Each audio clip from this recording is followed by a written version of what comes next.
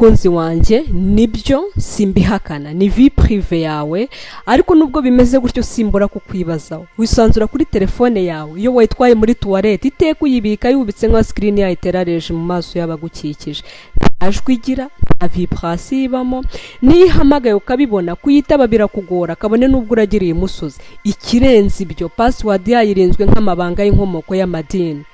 Ko twabaye umwe niki gituma hari ibyo uhisha? Niki cy'agaciro kiri muri telefone ya kuruta icyizere nakugirira bituma umbikamo kugushidikanyaho? Ese ntabwo uzi ko watakarijwe icyizere n'umwana w'umuntu n'Imana ikimutakariza?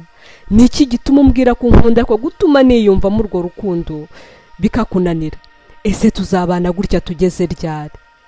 Ese ubona ko bimbangamiye? Amedite eshanje.